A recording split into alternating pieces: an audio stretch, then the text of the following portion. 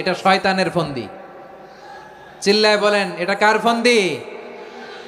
আমরা 20 রাকাত পড়ি, আপনারা হয়তো 8 রাকাত পড়েন, কোনো অসুবিধা নাই। আমরা যারা 20 রাকাত আমরা পড়তেছি, আমরা 20 রাকাতের কথাই বলি, 20 রাকাত আমরা পড়বো আজীবন।